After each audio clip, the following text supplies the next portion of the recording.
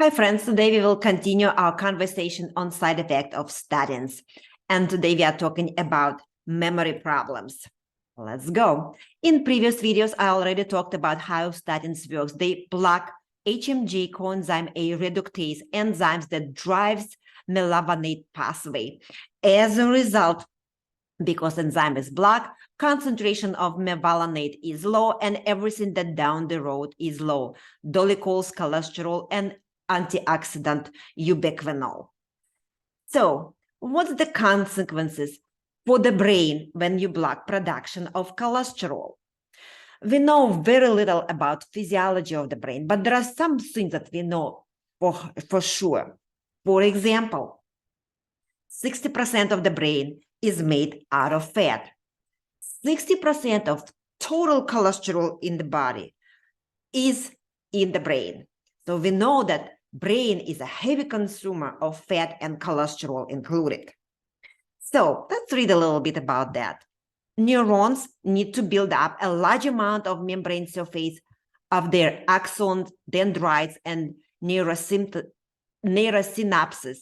from the cholesterol. What it says here that the cells called neuron that live in the brain, they build out of the fat and cholesterol axons and dendrites. Axons and this is like a fingers that extend from one cell to another to send the signal through those fingers.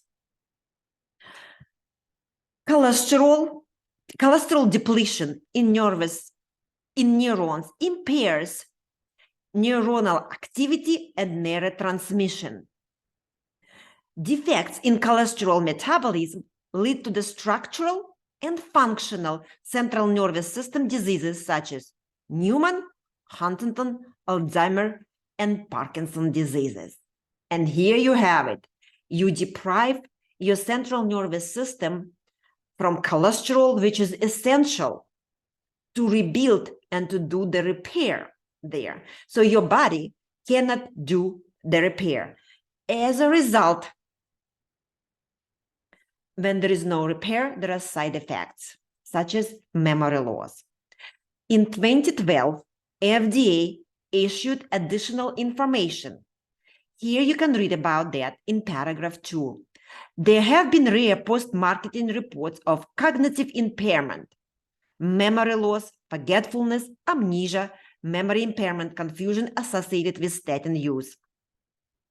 Those reported symptoms are generally not serious and reversible upon statin discontinuation, with various times to symptoms onset from day 1 to several years, and symptom resolution when you discontinue the medication about in 3 weeks.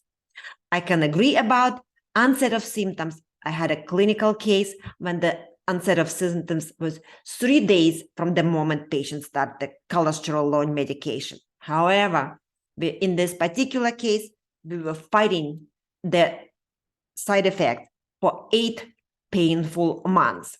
Now, I don't know how you feel, my friends, but when it says here, symptoms like amnesia, memory loss are generally not serious, I may disagree.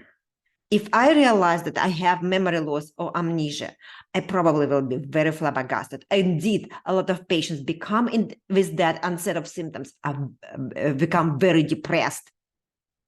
And family members, spouse, kids scramble to help the person. So don't call it not serious. Now, how FDA in 2012 discovered those symptoms? Well, for that, we need to switch gears and talk a little bit about this sentence.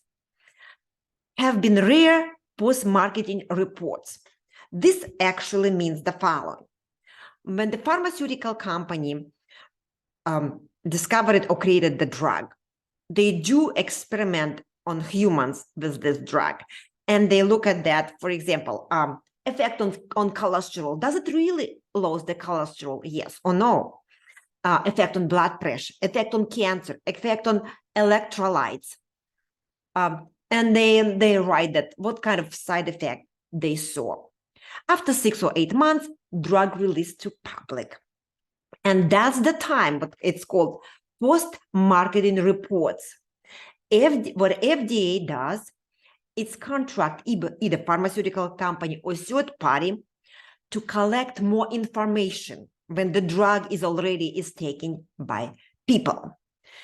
And reports are usually done once per year, and information that collected by FDA. So read the sentence, how it's collect the information. It's the last paragraph.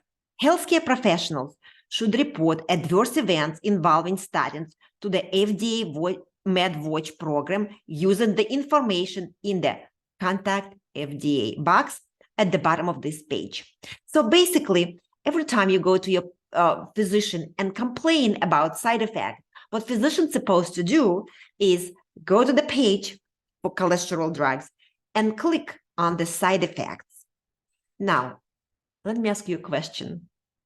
How many health professionals actually do that? And I'll tell you, it's almost never happened. As a result, the communication between the FDA and the health professional is basically where, let's say, right? So that FDA needs to know that you had a side effect, and physicians who have to report that, but it never does. As a result, FDA does not see what physicians do. As a result, it thinks that, oh, the drug is pretty good, and it takes years, sometimes many years, before enough bulk information is yet collected from the physician that patients have this or that particular side effect. I can give you numerous examples how it's happened. For example, aspirin. When I was a young medical graduate, we used to prescribe aspirin, like just every patient after 55, take it prophylactically, right? But after about 30 years, finally, FDA collected enough information that aspirin not only does the job that it's supposed to do, but actually creates more side effects. As a result, about 15 years ago, maybe 10 years ago, don't hold me tight for that, the information, the FDA issued the statement that aspirin shouldn't be taken prophylactically unless there are indications to do so. So aspirin 81 or baby aspirin is never now prescribed to everybody.